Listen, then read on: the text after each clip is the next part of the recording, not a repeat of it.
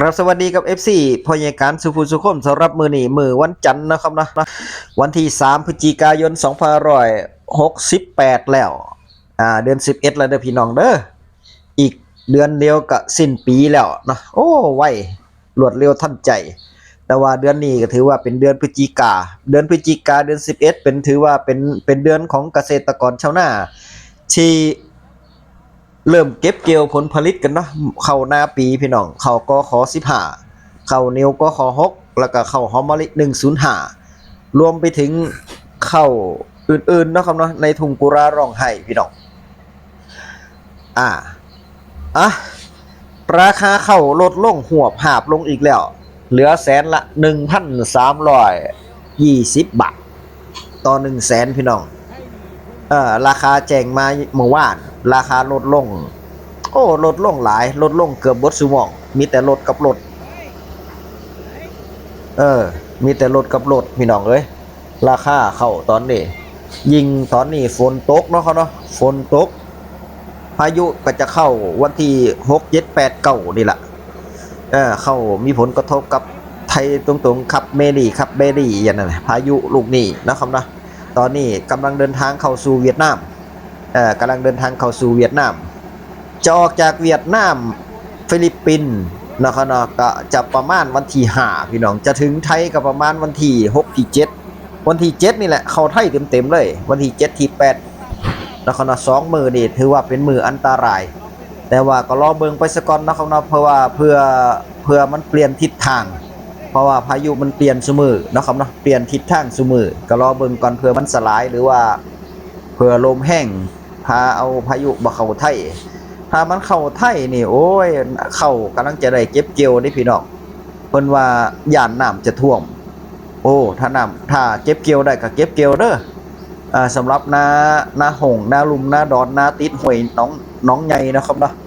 ก็ถ้าเก็บเกี่ยวได้ก็เก็บเกี่ยวช่วงนี้นะครับเนาะก็ส่วนมากก็จะเป็นข้าวเจ้าดอนี่แหละที่จะได้เก็บเกี่ยวได้ถ้าเก็บเกี่ยวบ่ได้ก็ปล่อยไปซะก่อนหลังวันที่10ก็บ่มีฝนแล้วอากาศก็จะเริ่มหนาวเย็นระมัดระวังรักษาสุขภาพกันนำเนาะครับเนาะ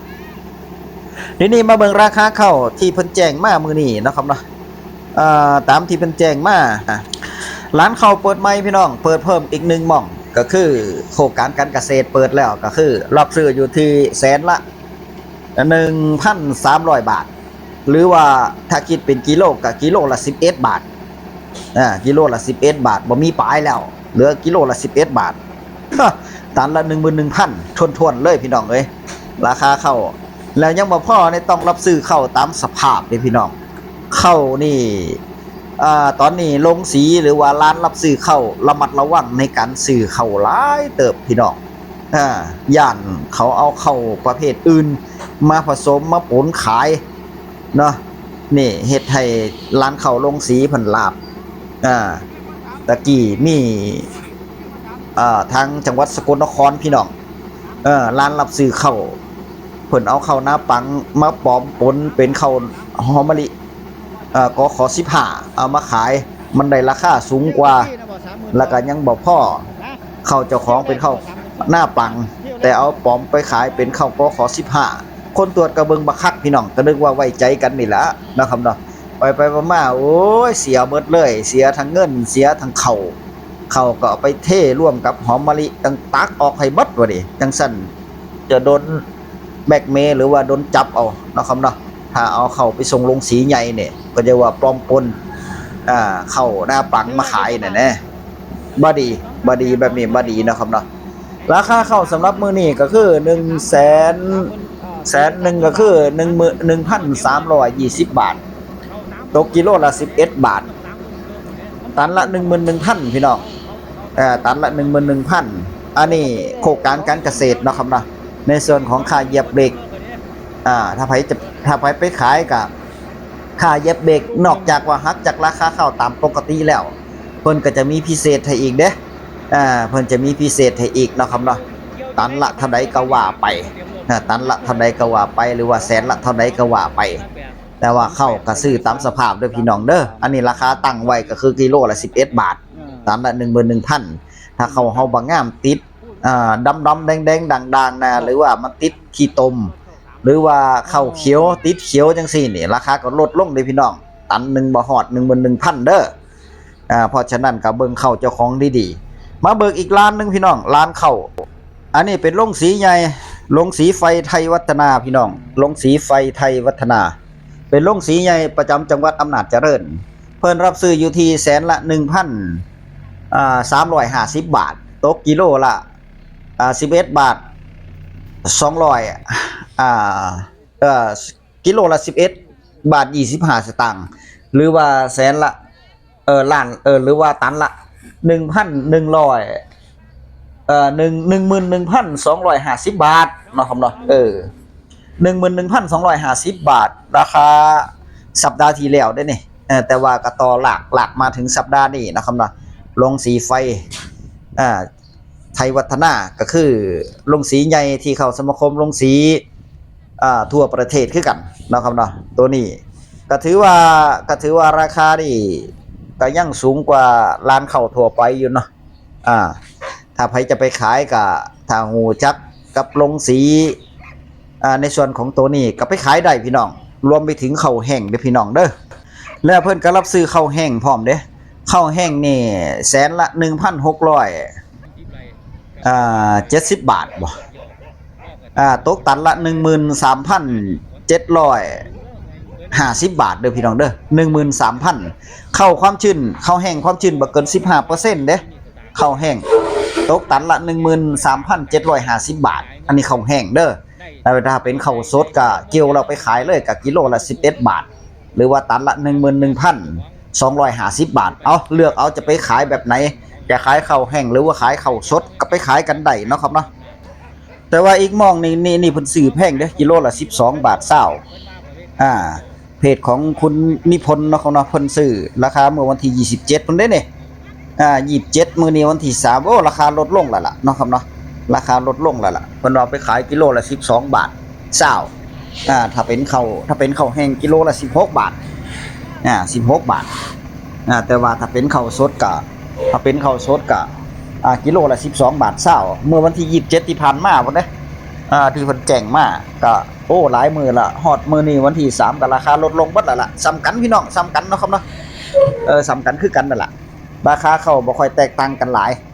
แต่ละพื้นที่แต่ว่าตอนนี้เท่าที่ฮู้มาก็คือลดลงเบิดซุหม่องเด้อพี่น้องราคาข้าว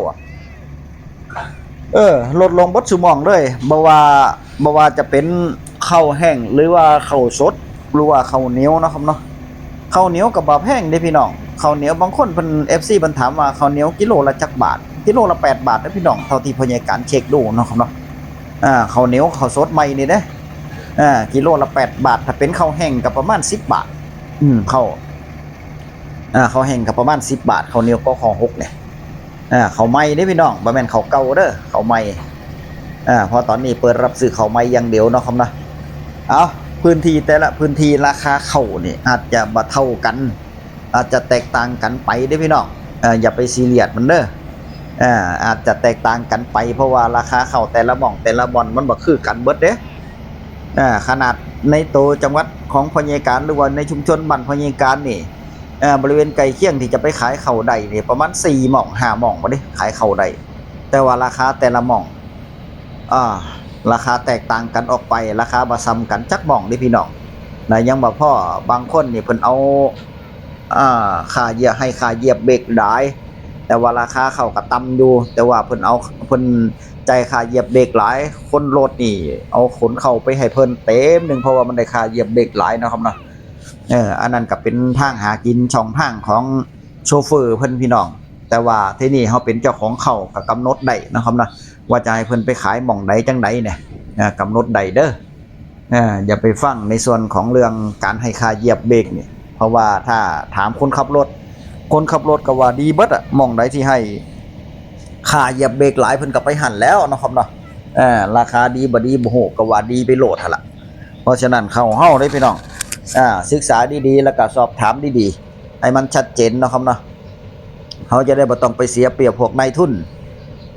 จะได้บ่ต้องไปเสียเปรียบพวกนายทุนแล้วก็ฝากเตือนถึงเกษตรกรชาวนาที่จะไปขายเขาเบิ่งเข้าเจ้าของคักๆซะก่อนเนาะในเรื่องของ เข้าเฮายังมันพ่อเกี่ยวละบ่มันเหลืองอารามละบ่มันเหลืองงามละบ่นั่นแหละถ้ามันยังติดเขียวอยู่ถ้าเฮาไปขายเพิ่นจะบ่ให้ราคาที่เพิ่นตั้งไว้เด้ราคาจะลดลงมาอันนั้นก็ต้องยอมรับสภาพความจริงเด้อพี่น้องเด้อต้องยอมรับความจริงเนาะครับเนาะแล้วในส่วนของในส่วนของข้าวหน้าปลังนี่อย่าเอาไปปนกับข้าวอย่าเอาไปปลอมปนกับข้าวกข15หรือว่าข้าวหอมมะลิ105เพื่อที่จะให้มันได้ราคาดีๆนี่อย่าไปเฮ็ดอย่าไปหาทำเลยพี่น้องเด้อมันเสียชื่อเฮาเนาะครับเนาะเสียชื่อในส่วนของการซื้อการขายพร้อมพยาการเชื่อว่าถ้าเฮ็ดแบบนั้นนี่เพิ่นต้องตามแน่เฮาแน่นอนล่ะเบิ่งทะเบียนรถเบิ่งกล้องเบิ่งหยังเนาะครับเนาะเป็นคนบ้านไหนจังหวัดไหนเป็นคนหม่องใดแน่ๆเพิ่นต้องตามแน่นอนล่ะถึงตำรวจแน่นอนล่ะพี่น้องเพราะว่าเฮาไปฉ้อโกงเพิ่นไปปลอมปนเอาเข้ากระดาปังไปปลอมปนไปลักขายนั่นน่ะไปขายให้เพิ่นนั่นน่ะโดยที่บ่บอกความจริงอันตรายอยู่เด้แบบนี้เนาะครับเนาะแต่ว่าซุมื้อนี่ตั้งแต่เกิดเหตุการณ์นี้มานี่ร้านข้าวหรือว่าในส่วนของโรงสีนี่เพิ่นตรวจข้าวเด้พี่น้องตรวจแบบละเอียดหลายกว่าเก่าตรวจละเอียดหลายกว่าเก่าเนาะครับเนาะยามเทนี่เพิ่นก็ไปเบิ่งเลยเด้ร้านเจ้าของข้าวบางคนนี่เพิ่นไปเบิ่งเลยไปเบิ่งว่าข้าวเวลาเทออกมาแล้วมันมีปนอยู่บ่แต่ว่าถ้ามีปนข้าวเหนียวก็ขอฮกหรือว่าปนข้าวเหนียวเล็กๆน้อยๆก็บ่เป็นหยังเด้อเนาะเพราะเฮาบ่ได้มีจิตนาบางทีมันเป็นข้าวเหี่ยข้าวหยังในไหหน้านั่นอันนั้นเพิ่นก็บ่ได้ว่าหยังดอกพี่น้องมันก็มีปนแน่นั่นแหละก็บ่ได้ว่าหยังดอกเนาะมันก็มีบดสู่บ้องสู่คนนั่นล่ะบางเที่ยบางที่มันก็มากระนำรถเกี่ยวแน่หยังแน่เนี่ยมันปนกันไปแต่ทางนี้ก็บ่เป็นหยังแต่ว่าถ้าเข้ากข15ไปปนกับเข้าข้าวหอมมะลิ105จังซี่อันนี้บ่เป็นหยังเด้อพี่น้องเพราะว่าข้าวเจ้าเดียวกันเนาะครับเนาะข้าวหอมมะลิเดียวกันแบบนั้นบ่เป็นหยังเอาก็ฝากไว้กับเรื่องราคาข้าวสำหรับมื้อนี้เนาะครับเนาะวันที่3พฤศจิกายน2568ราคาข้าวลดลงอีก10 บาทสำหรับพื้นที่ไหนที่ให้ราคาสูงกว่านี้เนาะราคาสูงกว่าตันละ 11,000 หรือว่ากิโลละ11 บาทรายงานในเด้อพี่น้องเด้อเพื่อมีพี่น้องไก่เคียงบริเวณไก่เคียงเพิ่นจะไปขายได้เนาะครับเนาะแบ่งปันกันพี่น้องช่วยเหลือซึ่งกันไปมองไหนให้ได้ราคาสูงๆกลับไปขายกันโหลดเพราะว่าข้าวเฮาเนี่ยขายปีละเที่ยเพราะฉะนั้นก็ต้องเลือกสรรให้มันดีๆเนาะครับเนาะคลิปหน้าพบกันใหม่คลิปนี้สวัสดีครับ